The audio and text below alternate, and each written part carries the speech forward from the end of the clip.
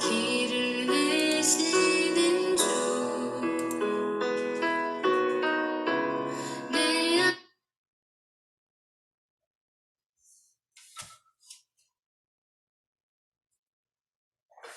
여러분 안녕하세요. 안녕하세요. 반갑습니다.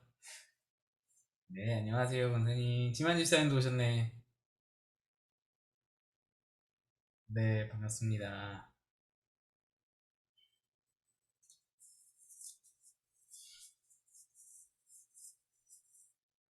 주희 집사님 안녕하세요. 집사님 안녕하세요. 주희 집사님 오랜만에 뵙습니다. 주희 집사님 진짜 오랜만이네. 안녕하세요. 네, 계속 엇갈려가지고 저희가 계속 못 봤었죠. 거의 한 달 못 본 것 같은데. 네.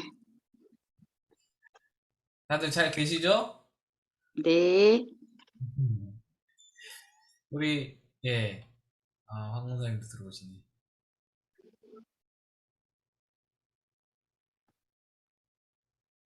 황 원사님 안녕하세요. 잘 지내셨어요, 황 원사님? 오랜만에 뵙습니다, 황 원사님. 아이고, 제가 새벽 기도는 나와서 못해도 계속 출근은 하고 있었어요. 음성이라 저는 격리가 아니라서. 네, 그래서 오늘 이렇게 교회에 나와서 하는데, 주일날 예배를 집에서 드리니까 되게 이상하더라고요. 제가 한 10몇 년 만에 처음으로 집에서 드려본 것 같아요. 네. 아파서 입원했을 때 빼고, 맹장 수술했을 때 빼고. 아무튼, 그렇습니다. 나중에 또 얘기를 하고요. 자, 기도하고 시작하도록 하겠습니다.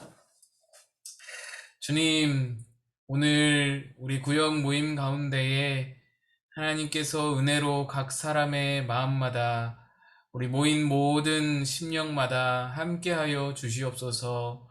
찬양으로 우리의 마음을 열어주시고 말씀으로 우리의 가슴 가운데 심어주시고 그리하여서 말씀이 열매 맺게 하시고 하나님의 은혜로 거듭나며 우리의 삶이 변화되어지며 우리 하나님의 은혜로 가득한 우리의 일상이 될 수 있도록 생활이 될 수 있도록 하나님 도와주시옵소서. 오늘도 그 말씀이 우리의 모든 그 마음과 심령 가운데 깊이 새겨지도록 성령께서 하나님 역사하여 주시고 성령의 역사하심을 경험하는 오늘 이 시간 되기를 소망하고 예수님의 이름으로 간절히 기도드리옵나이다. 아멘. 오늘 찬양 먼저 하겠습니다.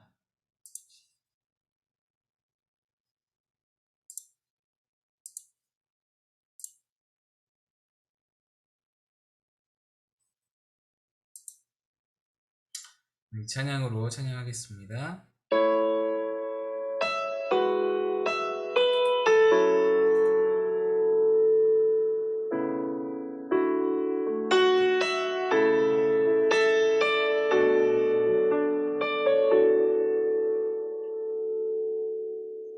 주여 우린 연약합니다.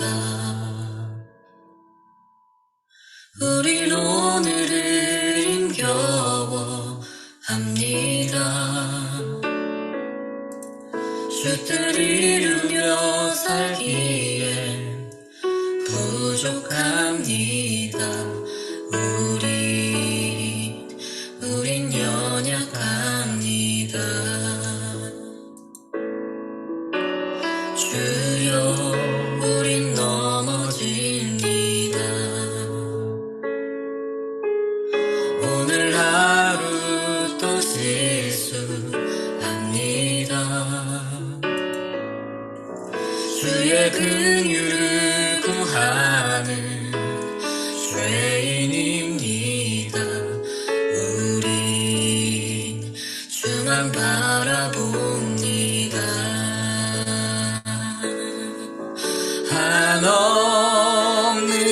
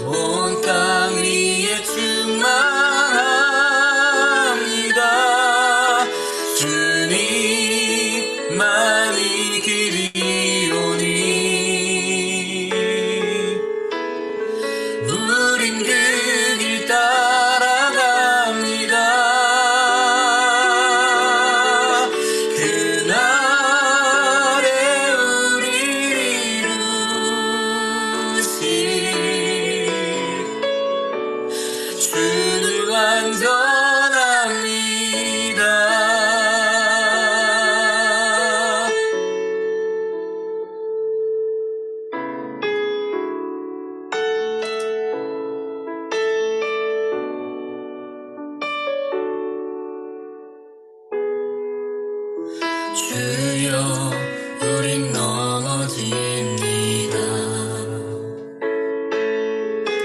오늘 하루 또 실수합니다. 주의 긍휼을 구하는 죄인입니다. 우리 주만 바라봅니다. 한없는 주님의 은혜 온 세상 위에 넘칩니다. 가릴 수 없는 주 영광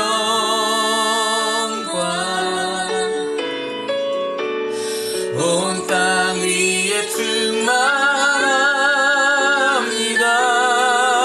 주님만이 길이오니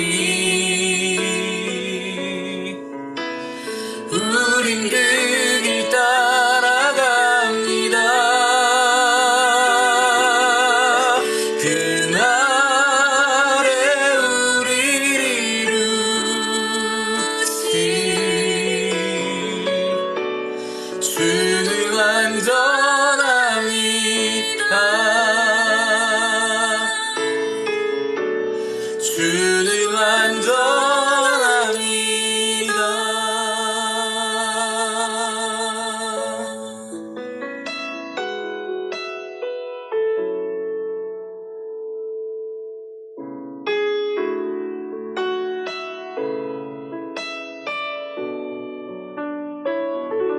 아멘.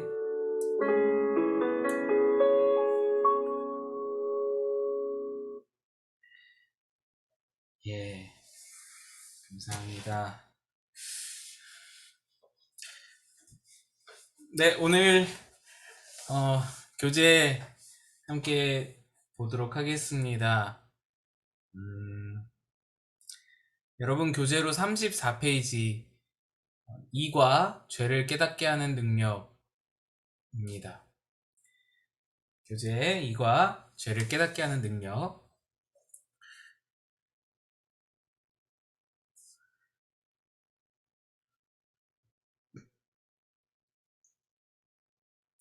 네, 우리 지난주에 남성구절이었던 누가복음 5장 8절 말씀 우리 한번 보겠습니다.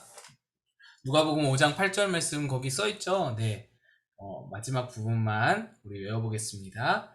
짧으니까 외울 수 있어요. 지금도 외울 수 있을 것 같아요. 네, 시작. 주여 나를 떠나소서 나는 죄인이로소이다. 주여 나를 떠나소서 나는 죄인이로소이다. 우리 베드로의 제자 베드로의 예수님을 처음 만났을 때의 고백이었습니다.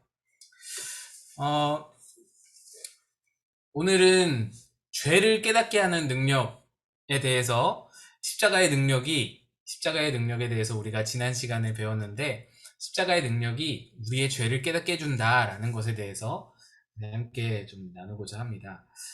제가 읽겠습니다. 지문을. 예수님의 십자가는 죄인을 위한 십자가입니다. 지옥에 갈 죄인들을 구원하시기 위해 십자가를 지신 것입니다.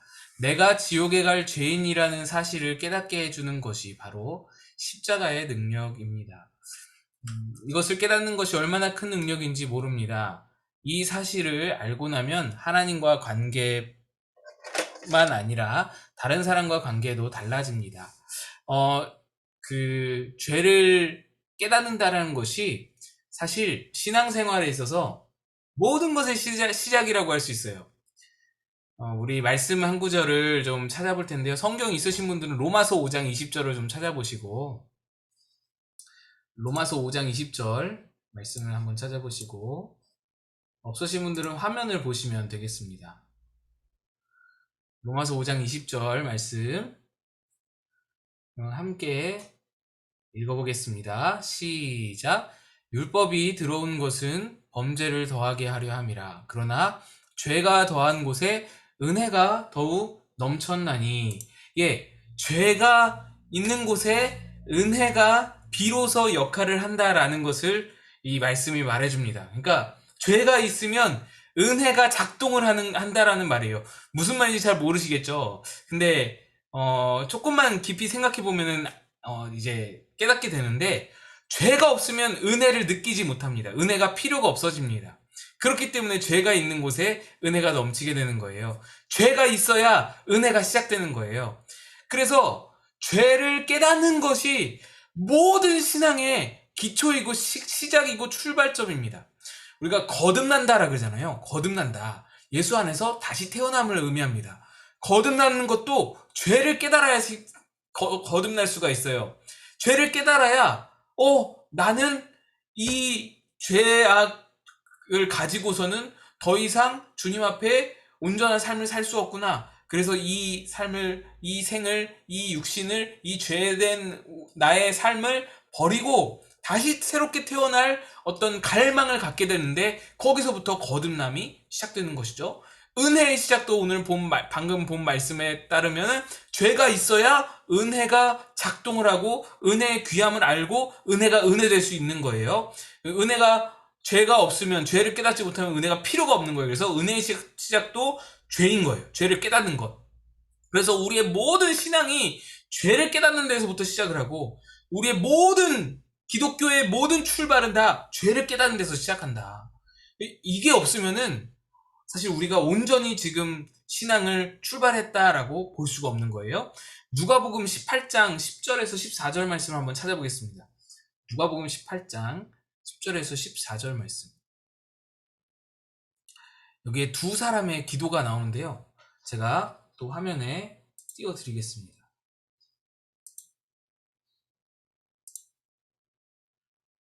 글씨가 작아서 잘 보이실지 모르겠는데, 누가복음 18장 10절 14절인데요. 우리 한번 읽어보도록 하겠습니다. 같이 한 목소리로 읽겠습니다. 시작. 두 사람이 기도하러 성전에 올라가니 하나는 바리새인이요 하나는 세리라. 바리새인은 서서 따로 기도하여 이르되, 하나님이여, 나는 다른 사람들 곧 토색, 불의, 간음을 하는 자들과 같지 아니하고 이 세리와도 같지 아니함을 감사하나이다.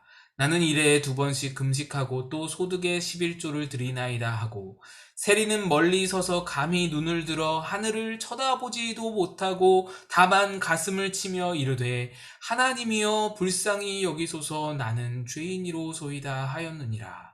내가 너희에게 이르노니 이에 저 바리새인이 아니고 이 사람이 의롭다 하심을 받고 그의 집으로 내려갔느니라. 무릇 자기를 높이는 자는 낮아지고 자기를 낮추는 자는 높아지리라 하시니라. 예수님께서 바리새인과 세리를 들어서 예를 들어 주셨는데, 바리새인은 참으로 의로운 자예요.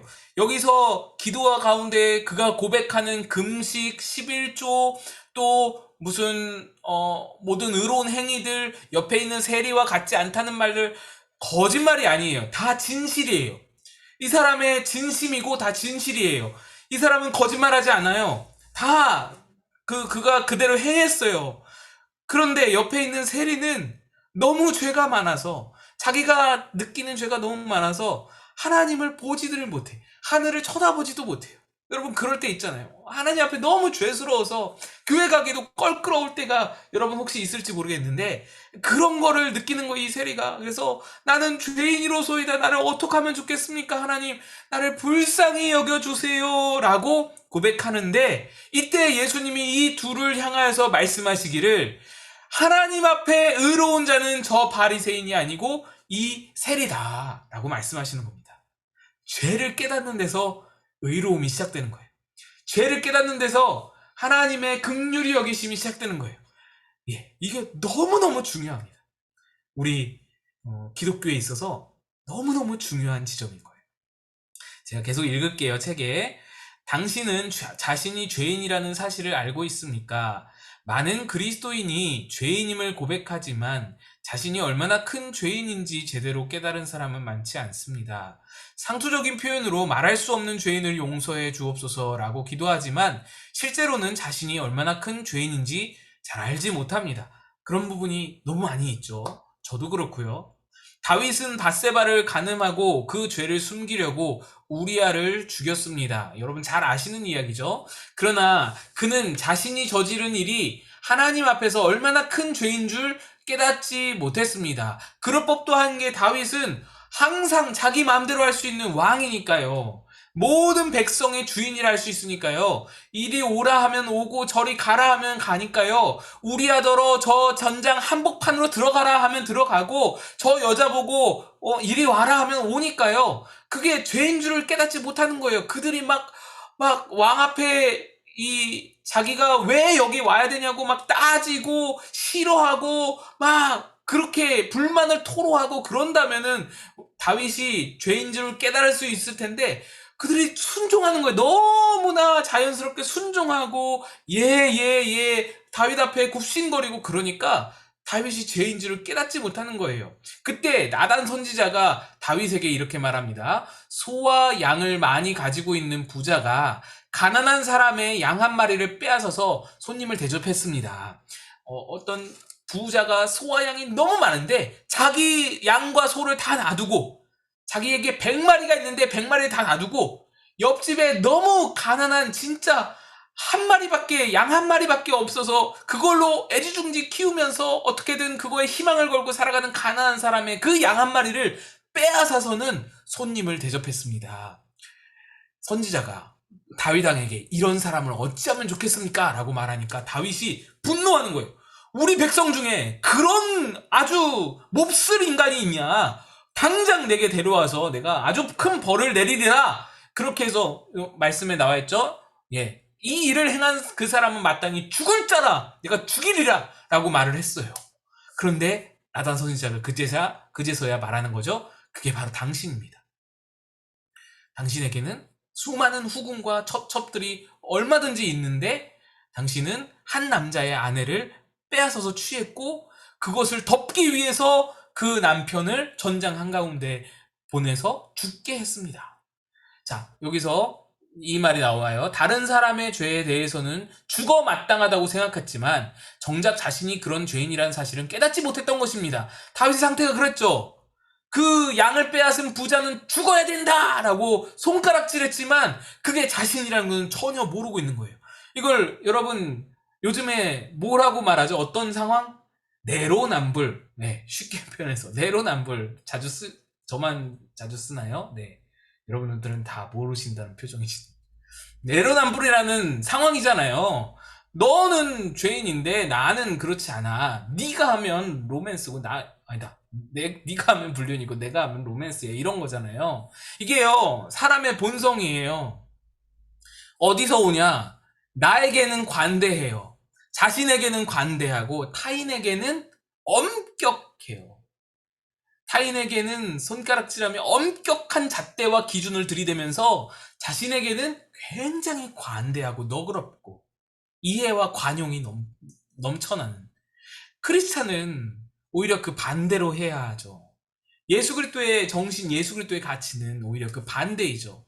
타인에게는 너그럽고 타인에게는 이해와 관용으로 사랑으로 대하고 자기 자신에게는 엄격한 기준을 가지고 이게 오히려 크리스찬의 기준이고 삶의 가치인데 우리 반대로 될 때가 너무 많다. 자, 그러면은 우리가 죄를 어떻게 깨달을 수 있을까? 그죠? 죄를 어떻게 깨달을 수 있을까?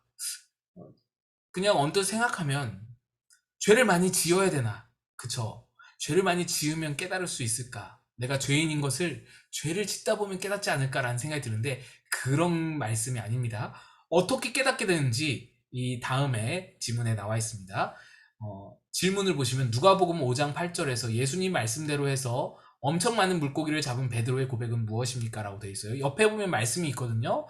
같이 한번 읽어보겠습니다. 시작. 시몬 베드로가 이를 보고 예수의 무릎 아래에 엎드려 이르되 주여 나를 떠나소서 나는 죄인이로소이다 하니. 베드로가 예수님을 처음 만났을 때에 예수님이 배 오른편에 그물을 내리라, 깊은 데로 가서 그물을 내리라 하셔서 엄청난 많은 그 물고기를 잡았습니다. 밤새도록 물고기를 못 잡다가 엄청 많은 물고기를 잡았어요. 그 딱 경험을 하자마자 베드로가 비범함을 느꼈어요. 예수님의 비범함과 신성함. 그리고는 예수님 앞에 딱 엎드려서 주여 나를 떠나소서 나는 죄인이로소이다라고 고백을 한 거예요. 자, 베드로는 지금 죄를 지은 게 아니에요. 제가 그 다음을 읽어볼게요. 베드로는 엄청 많은 고기를 잡고 난 후 크게 기뻐하기보다는 오히려 자신이 죄인이라고 고백했습니다. 어떻게 이런 일이 일어났습니까? 베드로가 갑자기 큰 죄를 지었기 때문이 아닙니다. 죄를 지어서 갑자기 죄인이란 고백이 튀어나온 게 아니에요. 그는 예수님 말씀을 통해 기적이 일어나는 것을 보는 순간 영의 눈이 열렸습니다. 영안이 열리고 예수님께서 그리스도이심을 발견하는 순간 자신이 죄인이라는 사실을 깨닫게 된 것입니다. 예, 죄인이라는 것을 그냥 깨닫게 된 거예요. 내가 죄를 지어서 나 죄인이구나 라고 이해를 한 게 아니에요. 인간적인 생각으로 이성으로 내가 죄인임을 이해한 게 아니에요. 영적으로 깨닫게 된 거예요. 영적으로 감화된 거예요. 그 자신이 죄를 깨닫는 순간 주여 나를 떠나소서라고 고백할 수밖에 없었습니다. 여러분, 우리는요 죄를 지어서 죄인이 아니에요. 여러분, 이거 진짜로 잘 기억하셔야 돼요. 나는 죄를 지어서 죄인이 아니에요. 한번 따라해 볼까요? 나는 죄를 지어서 죄인이 아니라 내 안의 죄성이 죄를 짓게 하는 것이다. 예, 이게 무슨 말이냐면 내 안엔 이미 죄성이 있어요. 그래서 우리가 교회에서 맨날 죄인이라고 그러잖아요. 우리 죄인들. 여러분, 그런 생각 처음에 교회 왔을 때 들었을지도 모르겠어요. 나는 죄 지은 게 없는데, 나는 법 없어도 살 수 있는 사람인데 왜 나를 더러 그렇게 죄인이라고 하는가? 이해가 안 될 수 있는데 죄를 지어서 죄인이라고 하는 게 아니에요. 우리가 무슨 큰 죄를 지어서 날마다 여러분의 그 삶을 일거수일투족 바라보면서 죄를 지었네 몇 가지를 세고 그 죄가 몇 개가 있기 때문에 넌 죄인이야 이렇게 말하는 게 아니에요. 죄를 지어서 죄인이 아니라 우리 안에 있는 이미 우리 안에 다 내재되어 있는 죄성이 우리의 정체성을 결정하는 거예요. 이 안에 이미 죄성이 그득히 있어요. 그래서 우리는 죄인이에요. 그리고 그 죄성이 우리를 죄를 지을 수밖에 없도록 만드는 거예요. 나는 죄를 이길 힘이 없어요. 내겐 정해져 있어요. 죄의 성이. 죄의 본성이 정해져 있어요. 내재되어 있는 거예요. 그래서 기독교는 성악설이에요. 우리는 원래부터 가능성 없는 구제불능의 인간인 거예요. 본래부터 죄인인 거예요. 죄를 짓고 안 짓고에 상관없이 우리는 죄인인 거예요. 이 정체성을 가지고 있어요. 그런데 이거를 깨닫느냐 못 깨닫느냐는 내가 죄를 지어서, 그러니까 내가 죄를 짓는다고 내가 죄인임을 깨닫는 게 아니잖아요. 이거는 영적인 각성이에요. 주님을 만나는 순간 베드로가 주님의 기적을 보는 순간 하늘의 문이 열리고 영안이 띄어지고 영적인 각성이 일어난 거예요. 그래서 저분은 어떻게 저렇게 고결하고 저분은 어떻게 저렇게 거룩하며 저분은 어떻게 저렇게 나와 차원이 다를 수 있을까? 이걸 깨닫는 순간에 저분 앞에 나는 한없이 초라하고 비천한 죄인이구나. 이걸 깨달으면서 고백이 나오고 나는 죄인입니다. 나를 떠나소서. 나와 당신은 어울리지 않습니다. 나와 당신은 같은 공간에 있을 수가 없는 존재입니다. 떠나소서. 이렇게 고백이 나오는 거예요. 그날 이후 베드로는 모든 것을 다 버리고 예수님을 따르는 제자가 되었습니다. 예수님을 십자가에 못 박았던 사람들은 자기들이 하는 일이 얼마나 큰 죄를 짓는 일인지 알지 못했습니다. 예수님께서 부활하고 승천하신 후 약속하신 대로 오순절에 성령께서 강림하셨습니다. 성령의 충만함을 받은 베드로는 예수님을 십자가에 못 박은 사람들을 향해 이렇게 외쳤습니다. 너희가 십자가에 못 박은 이 예수를 하나님이 주와 그리스도가 되게 하셨느니라. 그 설교를 듣고 있는 유대인들의 마음에 갑자기 통렬한 죄책감이 생겼습니다. 이 유대인들은요, 어떤 유대인들이냐면요, 유대인들은 예루살렘에 1년에 3번 올라가요. 그것도 경건한 유대인들은 1년에 3번 올라가는 걸 꼭 지켜요. 이걸 굉장히 중요하게 여겨서 예루살렘에 꼭 3번씩 올라가요. 언제냐면 절기 때마다. 그 중에 6월절과 오순절이 지금 겹쳐 있는데 6월절에는 예수님의 십자가가 사건이 있었어요. 예루살렘에서. 그리고 오순절에는 예루살렘에서 성령 강림 사건이 있었어요. 이 두 가지 그 절기에 있었던 사건을 유대인들이 다 몰려와서, 경건한 유대인들이 다 몰려와서 지켜봤던 거예요. 근데 이 유대인들이 어떤 사람들이냐면 예수님의 십자가 사건 때에는 십자가에 못 박아라! 이렇게 외쳤던 사람들이에요. 예수를 십자가에 못 박아라! 그리고 저 강도 바야바를 우리에게 바야바는 적인데 괴물. 네, 죄송합니다. 죄송합니다. 그 바야바. 이름이 생각이 안 나요. 네.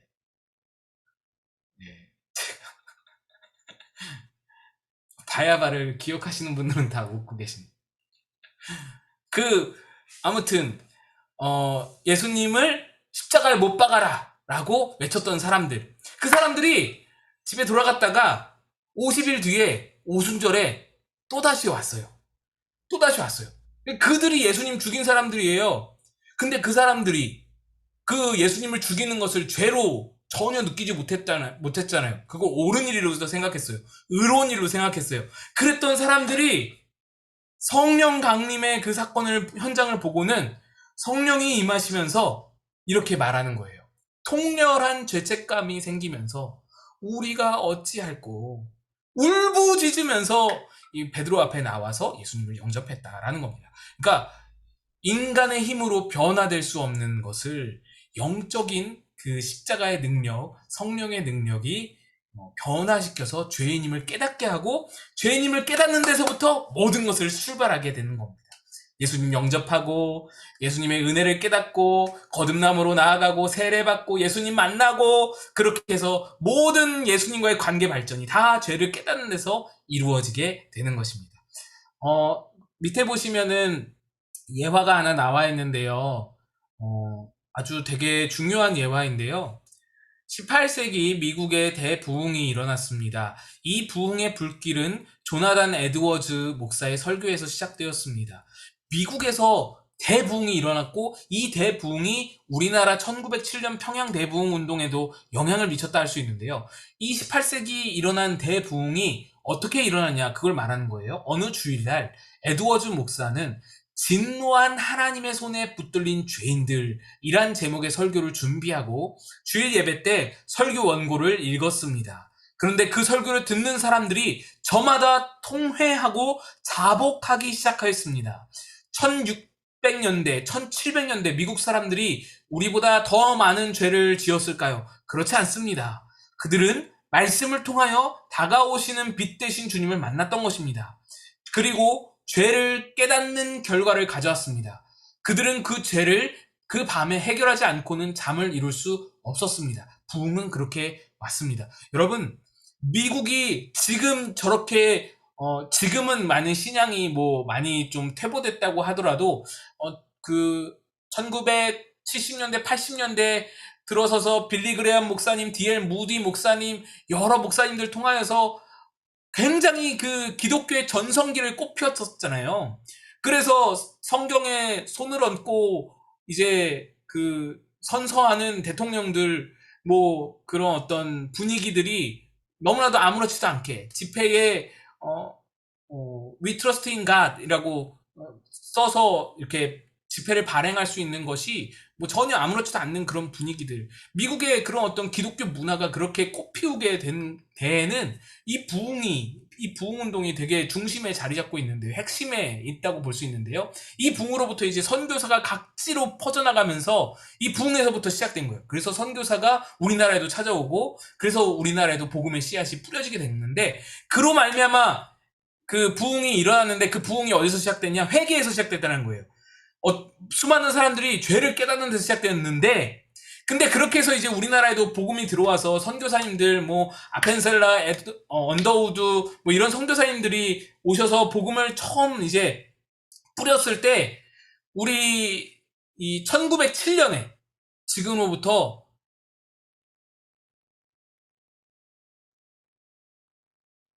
계산이 잘 안 되네요. 예, 100년 훨씬 넘게 1907년에 평양에서 길선주 장로님이라는 분이 계셨어요. 나중에 목사님이 되셨지만 길선주 장로님이 이제 한 목사님이 이제 그때도 부흥회를 하고 있었어요. 철야 기도회를 하고 있었어요. 부흥회가 아니라 철야 기도회. 근데 철야 기도회 중에 길선주 장로님이 감동을 받고 목사님 말씀에 감동을 받고 나가서 회개를 하게 했어요. 그러니까 공개적으로 회개를 하는데 무슨 회개 내용이 뭐냐?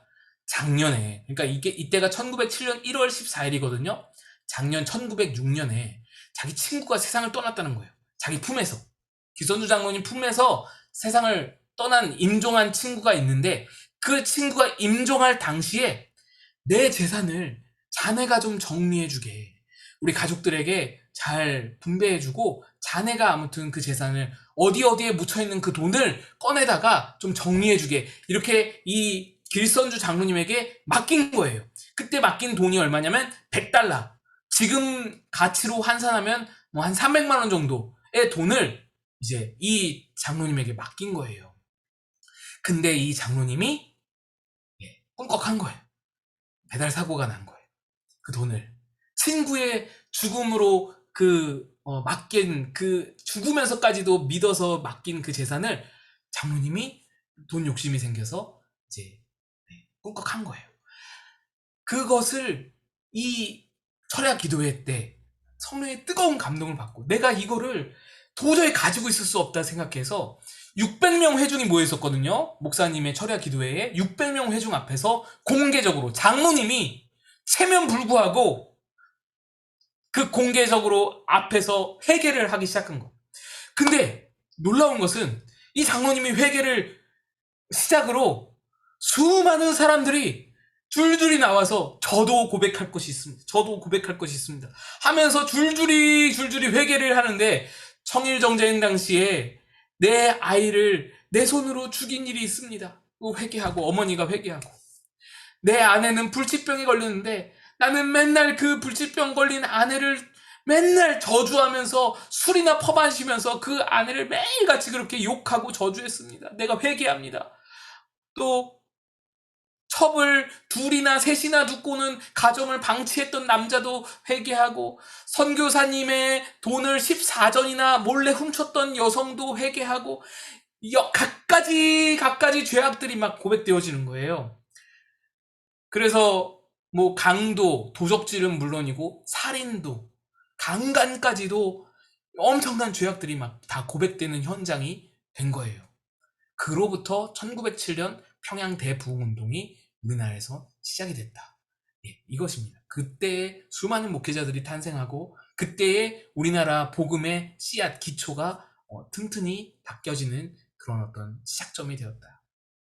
이게 바로 죄를 깨닫는 것의 능력이다.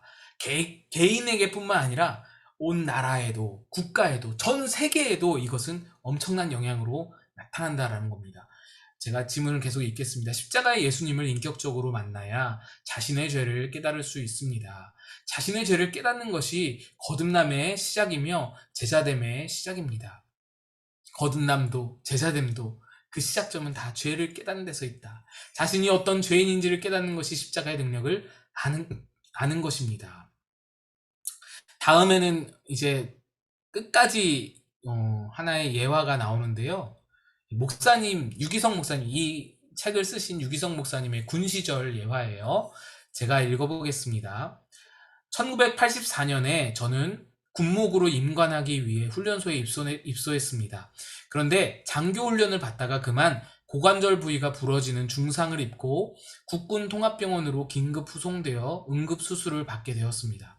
군의관은 엑스레이 사진을 살펴보더니 상태가 매우 좋지 않다며 최선을 다하겠지만 완벽하게 치료하기는 어려워도 아마도 10중 8구 다리에 장애를 입게 될 것이라고 말했습니다. 도무지 실감나지 않는 이야기였습니다. 내가 장애인이 되다니 믿을 수가 없었습니다.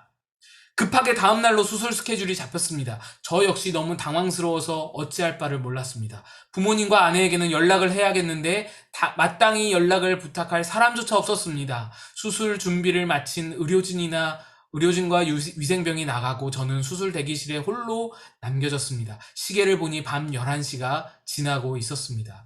그제야 비로소 하나님이 생각났습니다. 하나님, 저는 큰 소리로 하나님을 불렀습니다. 그러나 하나님은 아무 응답이 없으셨습니다. 저는 다시 하나님을 찾았습니다. 하나님, 3번 하나님을 불렀습니다. 아무 대답이 없으시다니.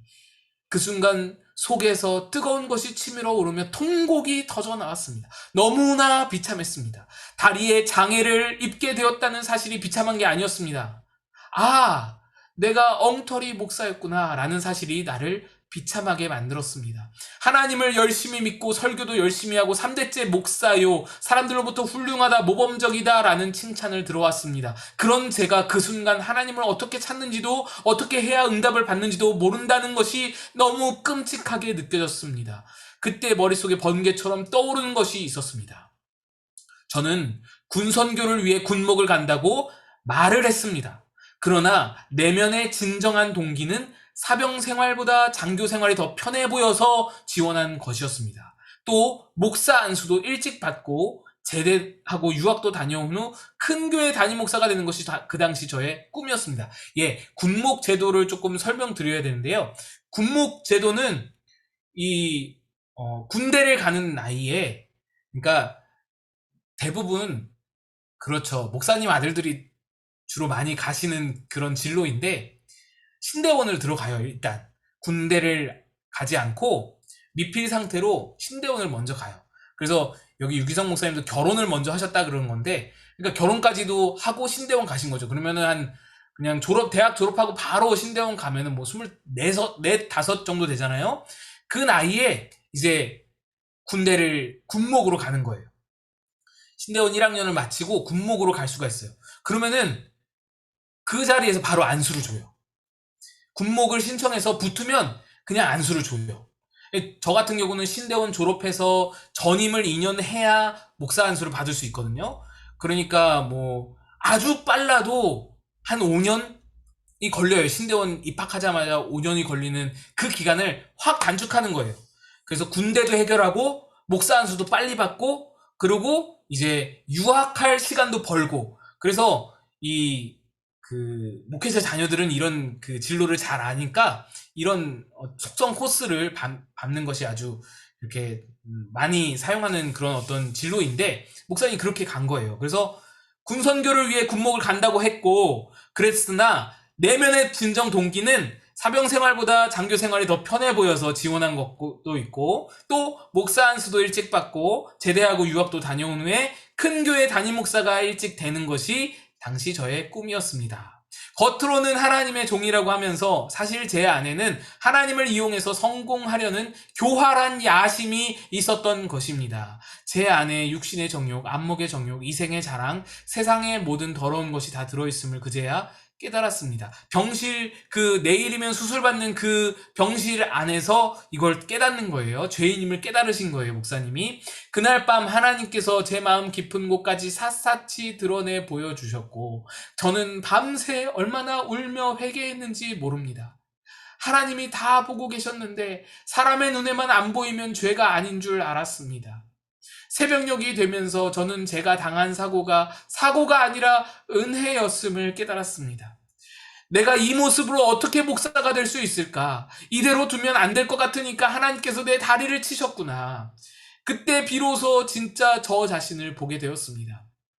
깊이 뿌리 박힌 저의 죄를 주님의 십자가 보혈의 능력으로 씻어주시기를 구하면서 그 새벽에 저는 예수님을 인격적으로 만났습니다. 다리를 절지 않도록 고쳐달라던 기도가 이렇게 바뀌었습니다. 하나님, 이 오른쪽 다리를 하나님께 바치겠습니다. 사지가 멀쩡하면 또다시 야망대로 살 테니 차라리 하나님을 위해 장애를 안고 살아가는 것이 낫겠다는 생각을 했습니다. 하나님, 저는 이제 진짜 하나님의 종이 되고 싶습니다. 하나님께서 가라고 하시는 곳에서 하나님께서 주시는 사명을 감당하다가 하나님 앞에 갔을 때 나의 종아 수고했다, 이 말씀 한마디만 듣게 된다면 저는 원이 없겠습니다. 그렇게 하나님 앞에 오른쪽 다리를 바치겠다고 고백하자 하염없이 눈물이 흘렀습니다.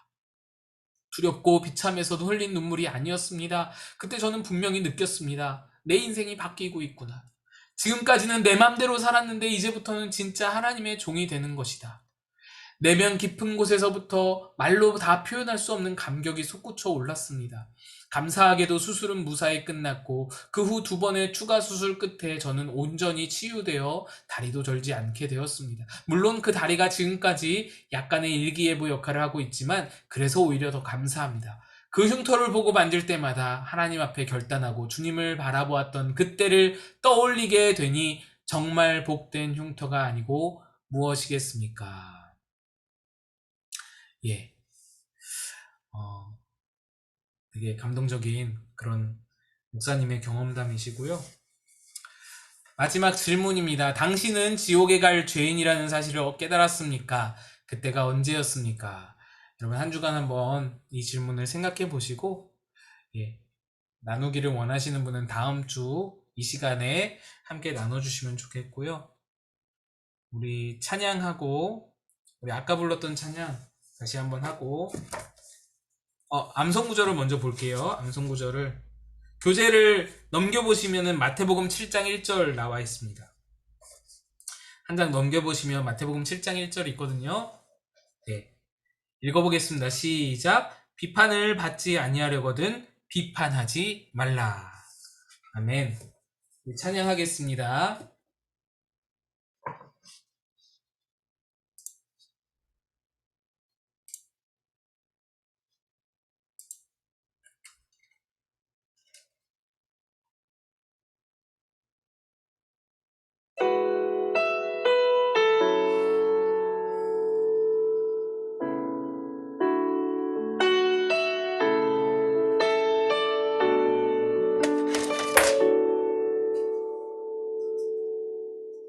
주여 우린 연약합니다. 우린 오늘을 힘겨워합니다. 주 뜻 이루며 살기에 부족합니다. 우린 연약합니다. 주여 우린 넘어집니다. 오늘 하루 또 실수합니다. 주의 긍휼을 구하는 죄인입니다. 우리 주만 바라봅니다. 한없는 주님의 은혜 온 세상 위에 넘칩니다. 가릴 수 없는 주 영광 온 땅 위에 충만합니다.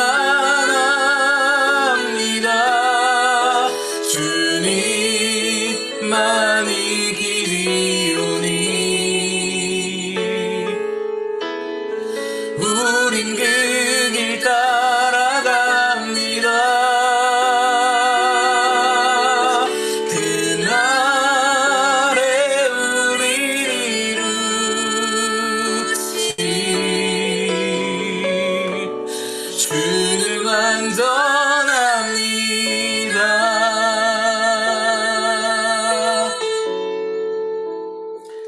이 시간에 같이 기도할 텐데요. 이 시간에 기도할 때에는 하나님, 내가 더 나의 죄됨을, 내가 구제불능의 죄인임을 더욱 절실히 깨달아서 주님을 더욱 의지하고 전적으로 주님을 의지하며 살아갈 수 있는 우리의 삶이 되게 도와주시옵소서. 우리 함께 기도하며 나아가겠습니다. 주님, 십자가의 능력으로 죄를 깨닫기를 원합니다.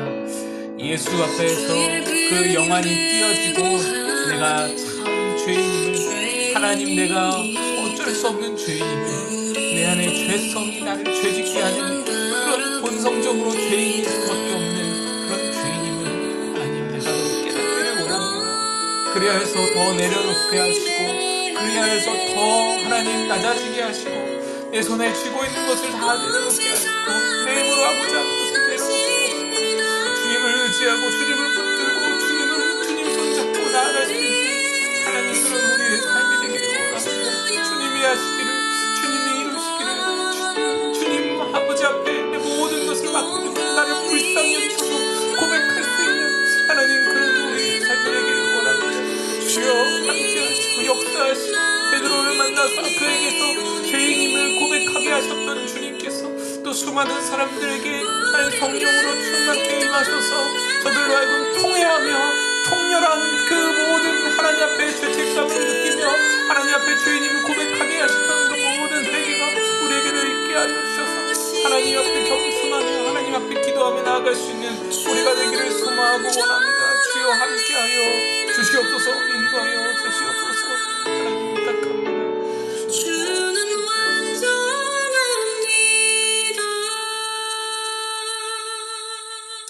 예수님의 이름으로 기도합니다. 아멘. 네, 수고하셨습니다. 감사합니다.